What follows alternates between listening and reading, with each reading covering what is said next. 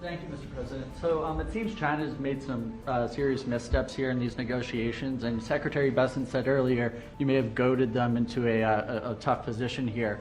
I'm wondering, are you in a way putting together a coalition against China in terms of trade here? No. Well, China, look, they're very capable, and I don't blame China for what happened. I blame the people sitting right at this desk, right behind this desk, or another desk. You get your choice of 7. I happen to pick the Resolute. But I blame the people sitting behind in this chair, behind this desk, for being stupid, incompetent, or not having courage. This should have been done years ago. This should have been done before Obama, in all fairness. Not only Biden, Obama. This should have been done many years ago. This started with the World Trade Organization, which was owned by China. It was owned and paid for by China.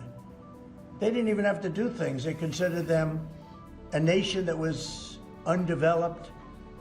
They said they were a developing nation. Well, we're a developing nation too, if you think about it. Look at our inner cities. Look at what's happened.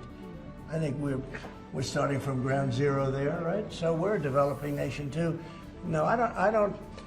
I know it's a lot of people take heat for saying it, but I blame the people sitting at this desk more than I blame China. If China can get away with what they got away with taking hundreds of billions and trillions of dollars right out of our pocket because our people here were stupid, they were stupid people.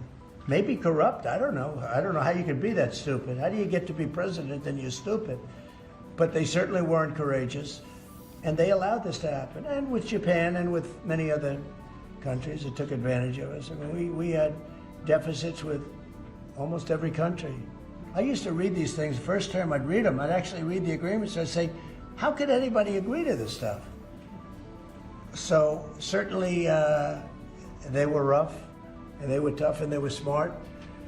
And you can blame them, but I really blame the people that allowed them to do it. Because you know, if you could read first grade and you could read these agreements, you'd say, these are terrible deals. I actually used to say, who would allow deals like this to be made for our country? And maybe it's people that didn't care.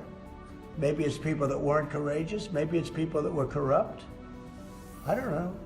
But I blame those people more.